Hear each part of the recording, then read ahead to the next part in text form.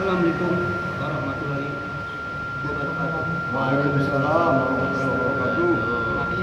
Nahmaduhu wa nusallimu ala sayyidina Muhammad. Saudara, alhamdulillah. Nah, baru saja kita melaksanakan perintah Allah, yaitu kita sholat maghrib secara berjamaah. Dan ini kita laksanakan alhamdulillah. Alhamdulillah hadirin yang bersalah. Hidup kita ini sebenarnya tidak ada program. Udah diprogram sama Allah. Hari ini, hari besok, hari yang akan datang, semua udah diprogram sama Allah.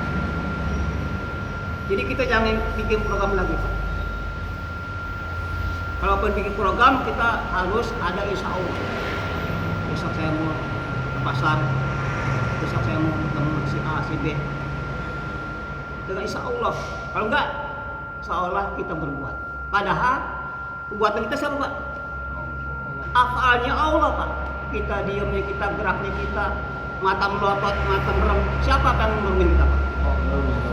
Allah. Ini Pak yang harus dipahami. Manusia jelas la haula wala quwata. Tidak bisa upaya apa sedikit pun. Manusia itu menolak Allah. Dia gerak digerakin, dia tidur ditidurin. Dia bisa dibisain. Nggak bisa, ya dibisain Allah.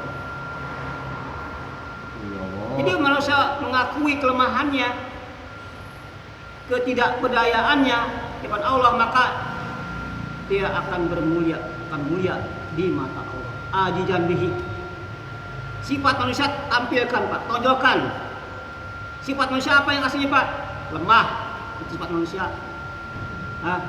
Kemudian fuqara, miskin, itu sifat manusia yang asli. Ya. Apalagi pas manusia, Pak? Ketidakberdayaan, itu sifat manusia, Pak. Kalau Bapak dikasih kekayaan, itu berarti sifat Allah yang maha kaya diberikan kepada hamba. Jangan merasa kita kaya, jangan merasa kita bisa, jangan bisa berkuasa. Allah yang berkuasa, Pak. Kalau kita merasa berkuasa, berarti kita mengambil sifat Allah yang maha kuasa. Kalau kita merasa pintar, merasa kita alim, sifat Allah yang alim, kita mengambil sifat Allah yang maha alim. Kalau kita merasa kuat, berarti kita mengambil sifat Allah yang maha kuat. Maka tampilkan sifat hamba yang sesungguhnya. Hadirin yang dimaksud Allah, hidup Pak ini, hidup kita ini Pak sangat singkat. Dan bukan tujuan kita di dunia, Pak. Maka kita nggak boleh berlama-lama di dunia karena bukan tempat tinggal kita. Siapa yang menjadi tujuannya, siap-siap kecewa. Siapa yang menjadi dunia itu tujuannya, maksudnya siap-siap kecewa. Tapi siapa yang mikir kehidupan akhiratnya, usaha untuk ke arah itu, maka Allah akan berikan kelapangan dadanya. Allah akan berikan jalan-jalan kemudahan. Allah berikan jalan yang sesuai dengan yang ingin Allah. Manusia ingin di dunia, Allah ingin di akhirat. Nabi minta apa doanya, Pak? Minta miskin, hidup bersama orang miskin, mati bersama orang. Tapi umatnya minta apa coba? Kalau doa kita pernah kita minta miskin, pernah kita minta miskin, Pak? Pernah nggak? Nggak pernah. Padahal doa miskin kita doa miskinan. Kayak. Jadi beda. Umat meminta doanya apa? Nabi doanya apa? Coba Nabi tawarkan gunung emas, Pak. Itu gunung emas, itu gunung Uhud jadi emas. Kalau mau tidak mengurangi daripada kemuliaan wahai Muhammad. Tapi ketika itu Nabi minta pendapat dengan malaikat Jibril. Kata Jibril, tawadu Muhammad, tawadu. Maka ya Allah, aku milih lapar sehari, kenyang sehari. Kalau aku lapar, aku bersabar. Kalau aku kenyang, aku bersyukur. Itulah Nabi ya Pak, yang dia angan-angankan. Kita tanya, wahai Muhammad, apa engkau ingin jadi raja dan nabi atau ingin nabi dan hamba? Maka dia milih nabi dan hamba. Kalau Sulaiman kan nabi dan raja, tapi nabi tawadu, ingin jadi hamba dan nabi. Maka karena hamba harus jadi hamba. Duduk di bawah, yang di atas Pak, di kursi jangan. Ini bagus Pak, di bawah. Tidur di bawah, makan di bawah. Kalau hamba begitu Pak, kalau namanya raja di atas kursi kan. Sunnah Pak kita di bawah Pak, tidur. Pak bawah ini aman Pak. Ini kalau namanya orang mau jahat Pak, segini Pak ukurannya. Nah kena Pak, nggak kena. Jadi di atas sini kena. Santet. Kena santet. Aman Pak, nggak kena santet Pak. Itu dalam bintang awal. Auranya bumi, jadi nggak kena Pak. Aura bumi, jadi entahlah gitu. Di atas. Itu di atas jam 11 itu mereka datang Pak. Al-Ali sihir. Nah, maka kita jam 12 tidur jam 12. Hadirin sebelah, kita jangan protes. Kenapa Allah buat begini? Kenapa Allah buat begitu? Wa ma yaqalun wa ma taqalun wa huwa maf'alun. Jadi jangan minta kenapa Allah begitu. Kenapa begini? Tapi Allah bertanya, kenapa kamu begitu? Kenapa kamu begini? Allah nanya Pak. Jadi kita jangan protes, kenapa Allah begini? Kenapa saya jadi begini? Tapi Allah yang nanya, kenapa kamu begitu? Hadirin, maka hidup ini Pak berjuang. Jadi bukan santai Pak, apakah hidup kita untuk makan, minum, tidur? Bukan Pak. Kita ini hidup ini punya arti yang besar Pak. Punya momen yang besar Pak, Masya Allah. Apa kau kira kau hidup begitu saja? Kata Allah, aku biarkan itu. Tidak Pak. Akan dipertanyakan, akan dipertanggungjawabkan atas perbuatan kita. Maka hadirin adalah Allah Subhanahu wa taala, Pak, ini berikan hidayah Pak. Ini kepada siapa yang dikehendaki. Enggak. Kamu sebenarnya sesat kalau tidak aku kasih hidayah. Kamu dalam kejulupan, dalam kegelapan. Bila tidak aku kasih hidayah dan kamu nggak bisa mendengar maksiat tanpa aku tolong. Maknanya Pak, berbuat jahat pun atas perbuatan Allah juga. Begitupun baiknya dari Allah. Maka kita bersyukur dikasih peranan orang baik. Misalnya kita hari ini Pak, peran kita jadi orang jahat, bisa nggak? Kita lagi sono tuh di laut lagi. Bisa Pak. Itu Pak, itu semua daripada kuasa Allah. Maka kita jangan merasa kita orang yang ahli ibadah, merasa orang yang dekat sama Allah, Masya Allah. Kita Pak harus ke diri sendiri, kita harus sujud. Bagaimana saya di akhirat ya Allah? Harus masuk sujud di diri kita sendiri Pak. Terus coba bayangkan Pak, itu Abdul Siddiq. Dia udah surga memanggil nama dia. Tapi dia masih sujud. Tabinya, wahai pohon, kau beruntung jadi pohon. Kau tumbang habis perkara. Wahai burung, kau enak berkilauan, berkicauan. Mati nggak hisab, tapi aku ditanya. Itu Pak orang yang dijamin surga. Tapi takutnya kepada Allah masih begitu Pak. Takutnya rasa takut pada Allah masih begitu. Kau tenang aja. Yang belum ada jaminan. Makanya sebagai hamba itu Pak, kita harus merasa dikira lihat Allah. Kita Pak dilihat Allah. Siap saat Pak. Kalau manusia bisa bikin siti-siti ya. Apalagi Allah Pak. Hari ini Pak, apa yang kita buat, apa yang kita pikirkan Allah tahu.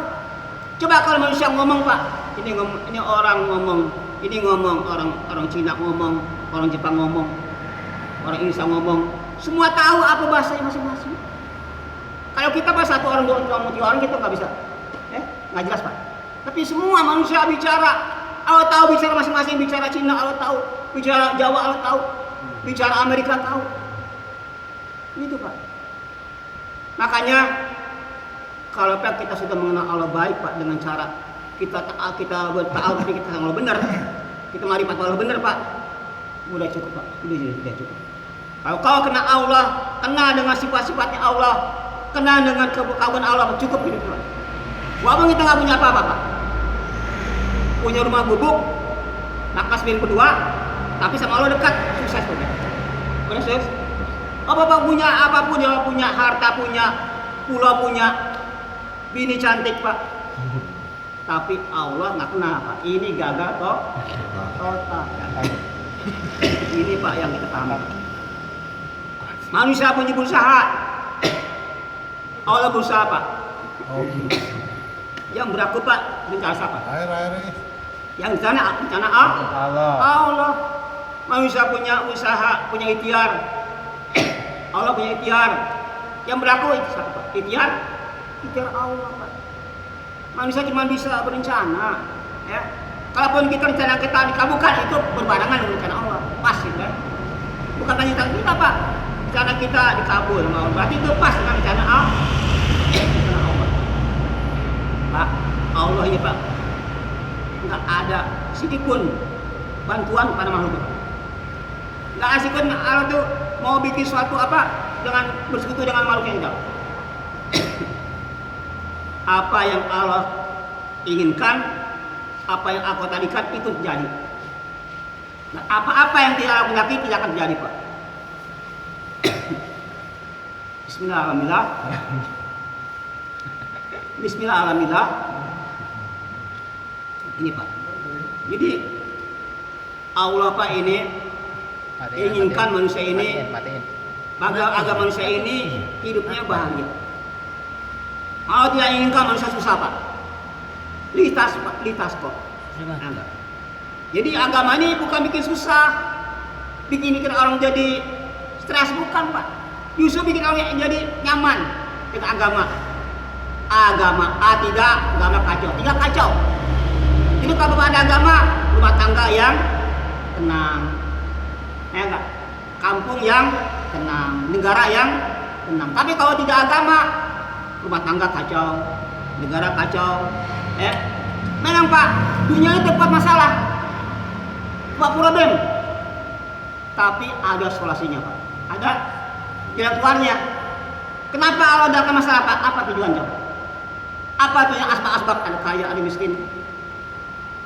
Apa tujuan Pak? Untuk ujian, tarbiyah. Ketika kamu kaya, bagaimana sikap kamu kaya kamu itu? Kamu miskin, bagaimana sikap kamu miskin kamu? Tetap taat kan miskinnya? Begitu kaya dia, kekayaannya dia tetap gak taat dengan kayanya. Semua itu hanya ujian Pak. Kaya miskin ujian, sehat sakit ujian. Ada masalah, SMA, apa ya? Sholat masalah, selesai. Sholat misalkan masalah. SMS, sholat masalah selesai. Jadi ketika ada masalah, Allah melihat apa tahu pada aku, apa kepada masalah itu. Kalau tahu pada Allah Pak, Allah akan selesaikan masalah kita dengan cara Allah Pak. Ya. Ketika bawa sakit nih, Bapak kan kita sudah kan berobat ya. Bapak yakin obat menyembuhkan, imam Bapak itu rusak. Soal dokter menyembuhkan, sholat obat menyembuhkan, itu rusak Pak. Tapi kalau Bapak yakin obat tak bisa apa-apa, yang sembuh Allah, bukan obat, maka iman Bapak akan lulus. Jadi setiap saat ujian iman ada Pak. Setiap saat ujian iman selalu ada Pak. Musim hujan. Kalau makan hujannya karena musim hujan, berarti Bapak iman rusak. Allah nggak butuh untuk musim hujan. Kapan kalau musim hujan? Ya. Kalau mengakin hujan karena musim hujan, iman Bapak rusak. Jadi semua itu atas izin Allah. Rezeki Pak, sumber rezeki Pak dari mana? Allah rajib. Jadi rezeki Allah. Jangan meyakini rezeki kantor, jangan meyakini pertanian. Semua rezeki dari Allah. Ini kita udah apa? Iman kita udah agak ini Pak, agak apa? Becek. Hah? Udah oleng ya? Udah ngedrop. Udah ngedrop Pak. Ngedrop.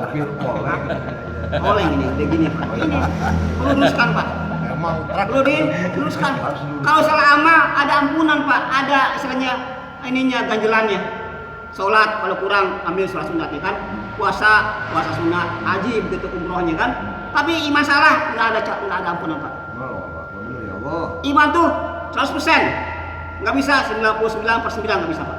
Harus 100%. Kalau 1000%. Kalau perlu 1000% itu iman. Maju lagi deh, karena nggak ada. Maju lagi. Karena nggak ada nih. Ya Pak, siap. Jalan kode kan. Jadi iman Pak, bagaimana Bapak bensin satu tetes air nggak jalan tuh mobil.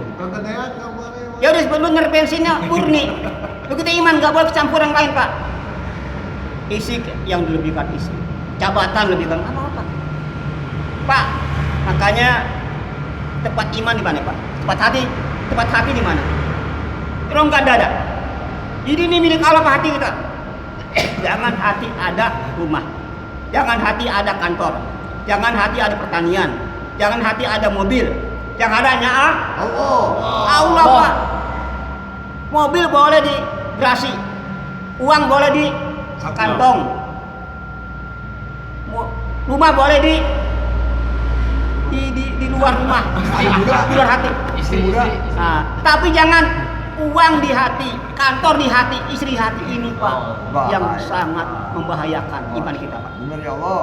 Hanya uang boleh di kantong, rumah boleh di luar badan kita. Nih rumahnya di hati, isinya di hati, pangkat di hati, jabatan di hati. Nah kalau udah itu terjadi Pak, hilang uang aja, uang sendok satu hilang aja sendok Pak pikiran, ya nggak? Satu aja hilang barangnya Pak, hilang nggak konsen lagi. Karena apa? Dunia udah masuk Pak. Kenapa ada satu kasus, satu tamu jadi ini Pak, dia beli ini Pak, mebel ya. Apa yang mahal namanya mebel apa? Sofa ya. Sofa dia beli harga 1 M. 1 M Pak, sofa doang. Lalu anak iseng Pak, digorek pakai itu pisau. Marah bapaknya kan, dipukul. Di hati kan saya. Dipukul Pak, sampai geger otak. Gila Pak. Dia malu punya anak gila. Ayo dia gila. Itu gara-gara cinta dunia Pak. Itu bahaya Pak. Kalau cinta dunia pasti satu paket dengan takut mati. Itu satu paket Pak. Kalau udah cinta dunia pasti takut mati, itu satu paket Pak. Makanya gara-gara orang takut mati, orang ke mall diperiksa ke bawa bom, ya nggak? Iya. Takut mati. Tapi orang beriman justru mati itu merindukan Pak. Mati dirindukan Pak, bukan perkara yang ditakutin, perkara yang dirindukan mati Pak. Mati bertemu dengan Allah, bertemu dengan kekasihnya, bertemu dengan surga. Insya Allah. Masa takut mati sih? Insya Allah. Salah siap mati ya? Insya Allah. Siap. Itu Pak. Jangan disuap, jangan. Jadi orang beriman Pak, mati itu seperti penjara, keluar penjara, bebas, enak kan? Iya. Enak bisa ketemu istri, di penjara bisa ketemu istri nggak? Boro-boro. Bisa. Dikebukin nggak ada. Enggak. Begitu Pak, begitu Bapak keluar dari dunia Pak, surga udah nampak. Arah kemana pun ketika Bapak diambil nyawa tuh, surga udah nampak. Ya enggak? Maka ketika orang beriman mau diambil nyawanya Pak, itu mau diambil dari matanya nggak bisa. Matanya penuh dengan gelap besar Allah. Kupingnya selalu mendengarkan ayat Quran. Pikirnya kepada Allah. Ya Allah, saya nggak bisa ngambil nyawa sebulan ini. Dari kulitnya nggak bisa, dari matanya nggak bisa. Selalu kebesaranmu yang ada ya Allah. Baiklah Pak begitu, wah malaikat. Ini bawa nih kebesaranku nih. Terlihat Pak, Allah langsung Pak, tuh rohnya apa? Meloncat sebagai burung Pak dari sangkarnya terbang. Iya. Surga dulu lihat Pak. Memang sakit pada menjawab. Tapi kalau surga nampak nggak kesan sakit Pak. Bagaimana isi itu Nabi Yusuf ketika dayangnya itu melihat Nabi Yusuf suruh megang pisau ya. Dia bilang tahu tanpa Nabi Yusuf tuh. Dia bilang tahu kan. Akhirnya sama Siti Zulaikha disuruh siap lain megang pisau. Sampai kan Nabi Yusuf kan. Begitu besok keluar Pak, itu nggak kerasa Pak. Ini bakal ada sih nggak kerasa saking indahnya Nabi Yusuf Pak. Udah untung Pak, tapi saking cantik indahnya tanpa Nabi Yusuf nggak kerasa Pak. Begitu Pak, surga nggak? Menikmati ketampanan Nabi Yusuf. Tampanannya. Sampai pada patah-patah. Iya. Allah. Itu bertemu bagilah surga Pak. Masya Allah. Apalagi melihat Nabi Muhammad. Makanya orang beriman Pak, susah nggak perasa. Bahwa sekarang nggak makan nih, tenang aja Pak, surga nampak. Bener ya Allah. Harum surga udah ada Pak, aroma surga. Bapak sekarang di laut nih, 30 meter ke laut ada aroma laut. Apa? Sejuk ya? Sejuk, panas, sejuk. Kita lihat pantai, kita lihat ke laut ya, apa? Ke gunung ya. Nah, ke gunung ya salah. Oh, tahu naik panas udah apa? Aromanya. Udah Pak. Terima kasih. Begitu kita mau ke gunung nih, sejuknya udah ada. Begitu. Orang ahli neraka Pak, auranya neraka udah kelihatan Pak. Bisa stres, bingung, galau, cemberut, ya, banyak kesalah. Kalau dunia begitu bagi akhiratnya. Kan dunia gambar akhirat Pak. Kalau dunianya tenang, tentrem, senyum, ini gambar surga Pak. Gambaran Surga. itu udah gambaran Pak. Aura-auranya surga udah ada di hati kita Pak. Tapi orang yang nggak beriman pada Allah, nggak syukur pada Allah, walaupun dia rumah mewah, aura neraka udah ada apa? Gelisah, stres, bingung, Takut kemalingan. kemalingan. Pokoknya semua takut lah. Takut dirampok, takut nggak makan, Kehabisan jamu. takut kehabisan stok, Takut mati. stok jamu. Ini Pak. Jadi serba Pak. Maka kalau Allah mikir dunia, aku itu dengan susah, macam susah Pak. Rasain loh. Kenapa dunia yang jadi tujuan? Dunia Pak. Bapak kalau terhakat dunia, Bapak nggak mau apapun, jangan Pak.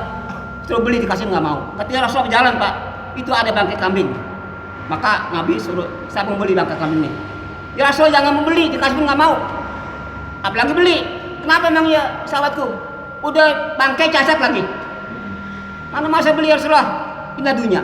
Lebih berharga kambing nih, bangkai kambing daripada dunia Pak. Lebih berharga bangkai kambing daripada dunia Pak, Masya Allah. Ini dunia Pak yang hari kita cintai, kita dambakan, kita jadi tujuan, Masya Allah. Padahal nggak ada hakikatnya Pak. Nil. Santai. Dua lagi ini. Insya Allah. Ini Pak. Jadi kita jangan mengatakan kalau kita neraka Pak. Jangan nyalakan Allah. Kita sendiri mau ke neraka. Ya, kita sendiri mau ke Neraka. maka ketika Allah ciptakan neraka, surga, maka protes itu Nabi Musa. Ya Allah, kenapa engkau menjadikan surga neraka? Udah ke surga semuanya. Kenapa surga diciptakan? Kenapa neraka? Allah Pak enggak jawab Pak. Suruh hai Musa, kau bikin apa? Bikin gandum. Nanam gandum. Nanam gandum. Jawabannya Pak.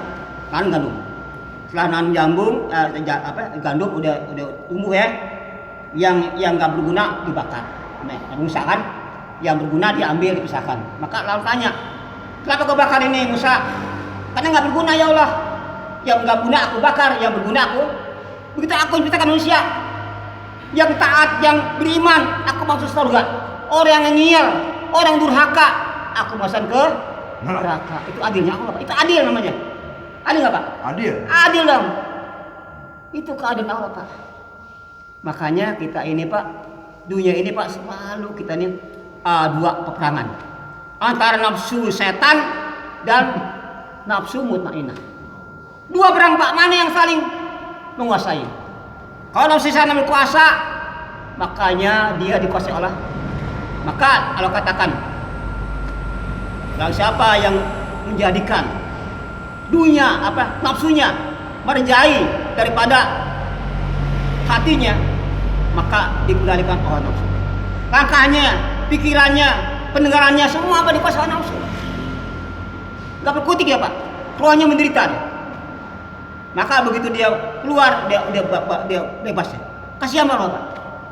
Orang yang jadikan dunia tujuan, mau makan enak, rumah mewah, ya enggak, isi cantik. Jadi yang enak Pak, jasmani rohaninya terbelenggu, rohaninya terkekang. Kasihan nggak? Masya Allah, menderita rohaninya Pak.